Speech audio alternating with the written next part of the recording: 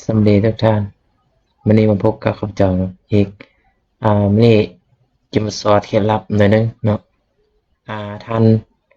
รู้สึกเบื่อบ่เวลาเปลี่ยนฟอนต์ตลอดในการสายข้อมูลอยู่ใน PowerPoint เนาะในกรณีที่เขาพิมพ์หัวข้อ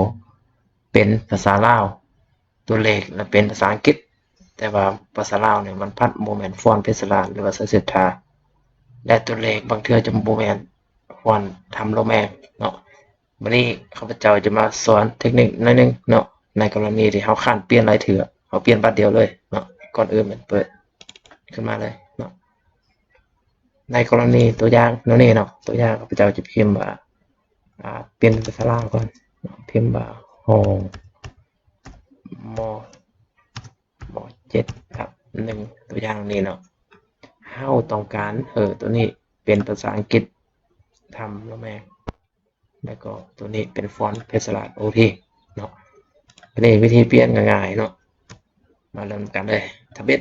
ทานไปคำว่าวิวที่สุดคำว่าวิวเนาะแล้วสังเกต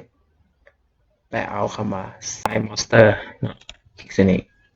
แล้วทานมาคลิกเจอคำว่า Font หรือว่า Edit Theme เนาะเอาคำว่า Font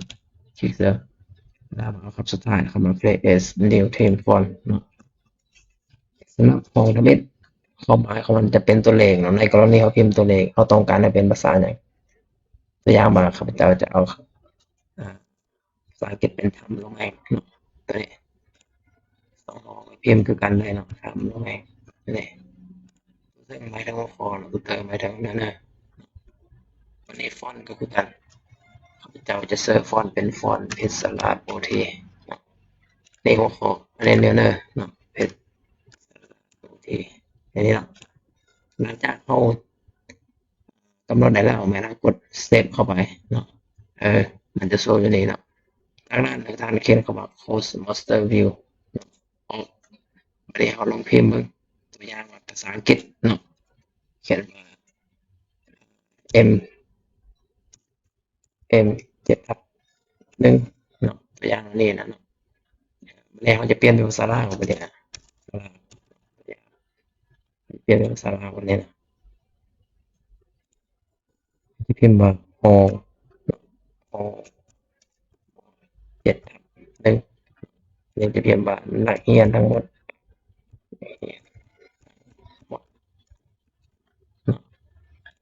หลังจากเขาพิมพ์เปลี่ยนแล้วมันจะเป็นตัวนี้เนาะมิดตัวนี้มันจะเป็นฟอนต์ฟอนต์ดอกจำปาเนาะมันจะเป็นฟอนต์ไฮแต่ว่า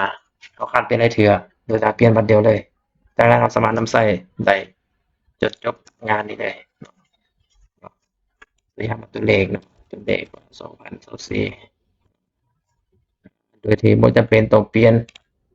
เป็นฟอนต์อื่นเนาะเขาจะเอาทำลงเองเลยเนาะเป็นฟอนต์มาตรฐานเลยเนาะสำหรับคลิปนี้ถ้ามีประโยชน์นะก็ฝากกดไลค์กดติดตามช่องของข้าพเจ้าเลยนะขอบใจ